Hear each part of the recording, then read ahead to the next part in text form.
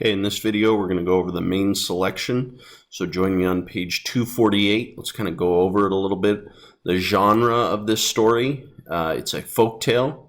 Folktale is a story based on the traditions of a people or region, which is handed down from one generation to the next and becomes legendary.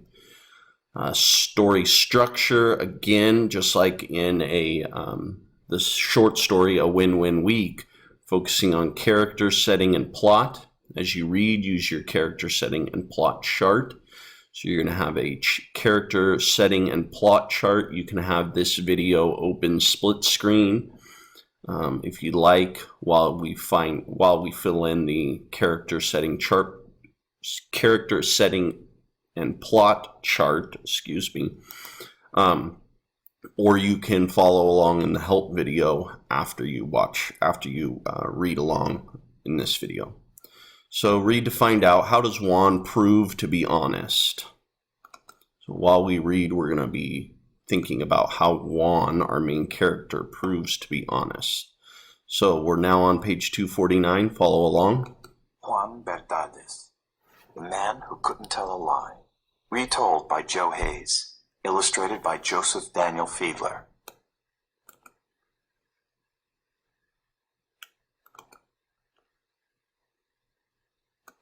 One late summer day, a group of wealthy rancheros was gathered on the village plaza, joking and laughing and discussing events on their ranches. One of the men, whose name was Don Ignacio, had a fine apple tree on his land. The rancher called the apple tree El Manzano Real, the royal apple tree, and was extremely proud of it. It had been planted by his great-grandfather, and there was something about the soil it grew in and the way the afternoon sun struck it that made the apple tree flourish. It gave sweeter and more flavorful fruit than any other tree in the country round about.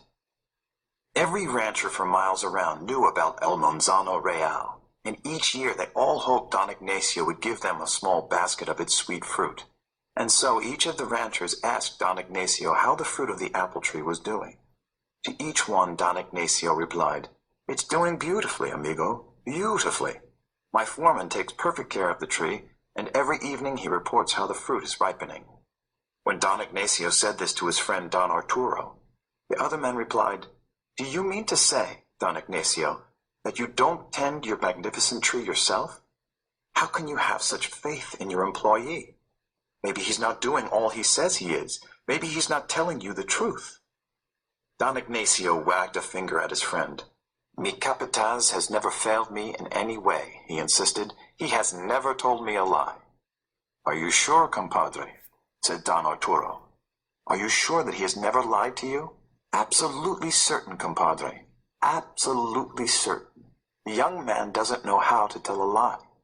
His name is Juan Verdades, but everyone calls him Juan Verdades because he is so truthful." Turning the page, 252. "I don't believe it. There never was an employee who didn't lie to his boss. I'm sure I can make him tell you a lie." "Never," replied the proud employer. The two friends went on arguing good-naturedly, but little by little they began to raise their voices and attract the attention of the other men on the plaza. Finally, Don Arturo declared loudly, "I'll bet you whatever you want that within 2 weeks, at the most, I'll make this Juan Verdades tell you a lie." "All right," replied Don Ignacio. "It's a deal. I'll bet my ranch against yours that you can't make my foreman lie to me." The other ranchers laughed when they heard that. "Ho, Don Arturo," they said. "Now we'll see just how sure you are that you're right." "As sure as I am of my own name," said Don Arturo. "I accept the bet, Don Ignacio. But you must allow me the freedom to try anything I wish." The two friends shook hands, and the other men in the group agreed to serve as witnesses to the bet. The gathering broke up, and Don Arturo and Don Ignacio rode confidently away toward their ranches. But as Don Arturo rode along thinking of what he had just done, he no longer felt so sure of himself. When he arrived home and told his wife and daughter about the bet, his wife began to cry. "What will we do when we lose our ranch?" she sobbed. And Don Arturo began to think he had made a terrible mistake. But his daughter, whose name was Araceli, and who was a very bright and lively young woman, just laughed and said, "Don't worry, Mama. We're not going to lose our ranch." Araceli suggested to her father that he make up some excuse for them all to spend the next 2 weeks at Don Ignacio's house. "If we're staying on Don Ignacio's ranch," she said, "we'll surely discover a way to come out the winners." So, thinking back to the plot, what is the challenge facing Don Arturo and his family?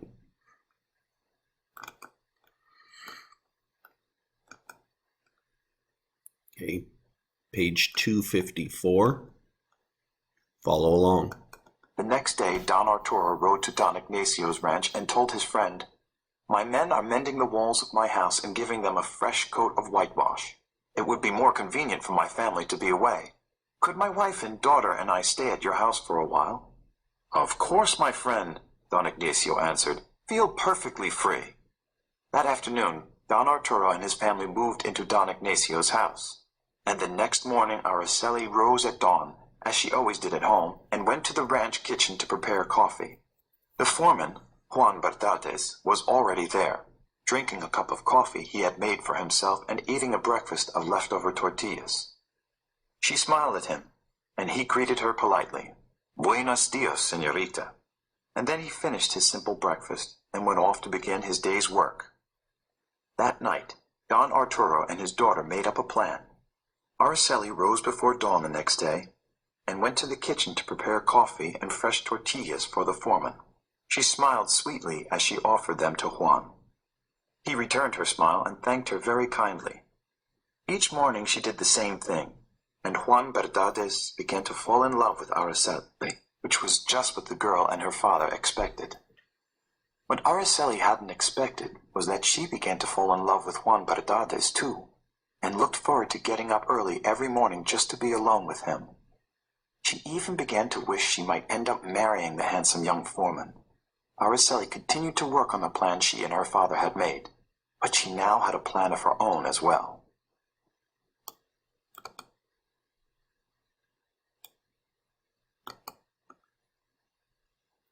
Continuing on page 256. Of course, Juan knew that he was just a worker and Araceli was the daughter of a wealthy ranchero, so he didn't even dream of asking her to marry him.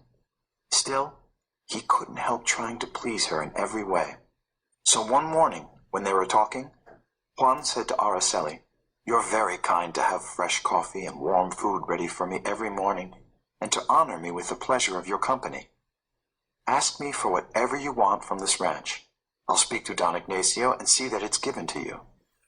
This is exactly what the girl and her father thought would happen, and she replied just as they had planned. It was the last thing Juan expected to hear. "There's only one thing on this ranch I want," she said. "I'd like to have all the apples from El Manzano Real." The young man was very surprised, and very distressed as well, because he knew he couldn't fulfill her wish. "I could never give you that," Juan said. "You know how Don Ignacio treasures the fruit of that tree. He might agree to give you a basket of apples, but no more. I would have to take the fruit without permission, and then what would I say to Don Ignacio? I can give you anything else from the ranch, but not what you're asking for." With that, the conversation ended, and they separated for the day. In the evening, Juan reported to Don Ignacio, and they exchanged the exact words they said every evening. "Good evening, mi capataz," the rancher said. "Good evening, mi patron," replied the foreman. "How goes it with my cattle and land?" "Your cattle are healthy, your pastures are green. And the fruit of El Manzano Real? The fruit is fat and ripening well."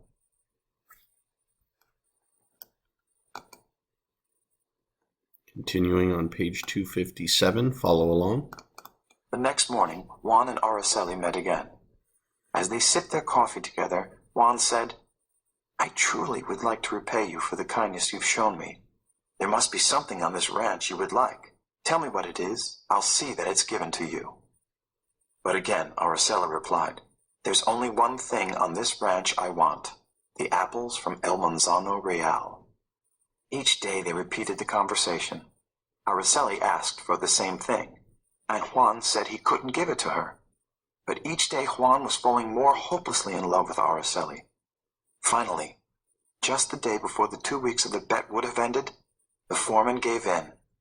He said he would go pick the apples right then and bring them to the girl. Juan hitched up a wagon and drove to the apple tree. He picked every single apple and delivered the wagon load of fruit to Araceli. She thanked him very warmly, and his spirits rose for a moment. But as he mounted his horse to leave, they sank once again. Juan rode away alone, lost in his thoughts, and Araceli hurried off to tell her father the news, and then to wait for a chance to talk to Don Ignacio too. Juan rode until he came to a place where there were several dead trees. He dismounted and walked up to one of them. Then he took off his hat and jacket and put them on the dead tree and pretended it was Don Ignacio. He started talking to it to see if he could tell it a lie. "Good evening, mi capataz." He pretended he heard the tree say, "Good evening, mi patron. How goes it with my cattle and land? Your cattle are healthy, your pastures are green. And the fruit of the Almanzano Real? The crows have carried the fruit away." But the words were hardly out of his mouth when he heard himself say, "No, that's not true, mi patron. I picked the fruit." And then he stopped himself. Continuing on page 258. He took a deep breath and started over again with, "Good evening, mi capataz." And when he reached the end, he sputtered, The wind shook the apples to the ground, and the cows came and ate them. "No, they didn't, mi patron. He tried over and over until he realized there was no way he could tell a lie. But he knew he could never come right out and say what he had done either. He had to think of another way to tell Don Ignacio. He took his hat and coat from the stump and sadly set out for the ranch. All day long Juan worried about what he would say to Don Ignacio. And all day long Don Ignacio wondered what he would hear from his foreman. Because as soon as Araceli had shown the apples to her father, he had run gleefully to tell Don Ignacio what had happened. "Now you'll see, compadre," Don Arturo gloated. "You're about to hear a lie from Juan Verdades." Don Ignacio was heartsick to think that all his apples had been picked, but he had agreed that Don Arturo could try whatever he wanted. He sighed and said, "Very well, compadre. We'll see what happens this evening." Don Arturo rode off to gather the other ranchers who were witnesses to the bet, leaving Don Ignacio to pace nervously up and down in his house. And then, after Don Ignacio received a visit from Araceli and she made a request that he couldn't deny, he paced even more nervously. All the while, Juan went about his work, thinking of what he would say to his Don Ignacio. That evening, the foreman went as usual to make his report to his employer, but he walked slowly and his head hung down. The other ranchers were behind the bushes listening, and Araceli and her mother were watching anxiously from a window of the house. And then how do you think Juan will account for the missing apples? What do you think he'll say? Support your answer. So I'm not real sure. He seems like he would come out and just tell him the truth. And I say that based on the fact that he couldn't tell a lie when he dressed up the tree as his boss, and how he also had told the girl that, hey, I can't give you that. He told her the truth too. So I don't know. This should be interesting. Turn the page. 260. Let's see what he does. Follow along. The conversation began as it always did. "Good evening, mi capataz. Good evening, mi patron. How goes it with my cattle and land? Your cattle are healthy, your pastures are green, and the fruit of El Manzano Real." Juan took a deep breath and replied, "Oh, patron, something terrible happened today. Some fool picked your apples and gave them away." Don Ignacio pretended to be shocked and confused. "Some fool picked them?" he said. "Who would do such a thing?" Juan turned his face aside. He couldn't look at Don Ignacio. The rancher asked again, "Who would do such a thing? Do I know this person?" Finally, the foreman answered, "The father of the fool is my father's father's son. The fool has no sister and no brother. His child would call my father grandfather. He's ashamed that he did what was done." Don Ignacio paused for a moment to think about Juan's answer. And then, to Juan's surprise, Don Ignacio grabbed his hand and started shaking it excitedly. The other ranchers ran laughing from their hiding places. "Don Arturo," they all said, "you lose the bet. You must sign your ranch over to Don Ignacio." "No," said Don Ignacio, still vigorously shaking Juan's hand. He glanced toward the window where Araceli was watching and went on, "Sign it over to Don Juan Verdades. He has proved that he truly deserves that name, and he deserves to be the owner of his own ranch as well."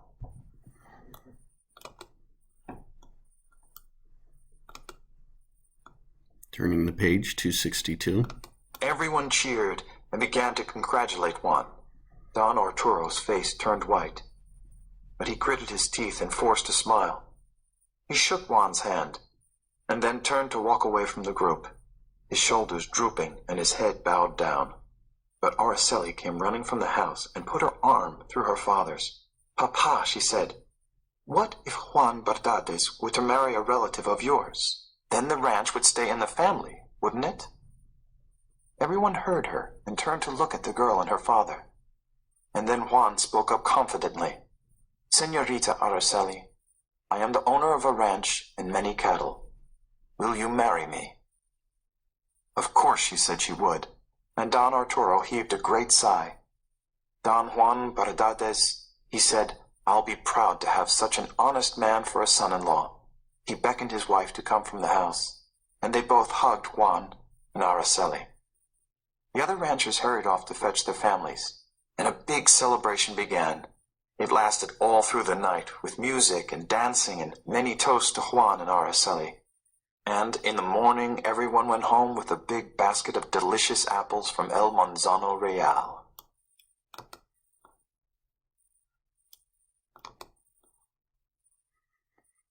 All right, thanks for watching and reading and following along.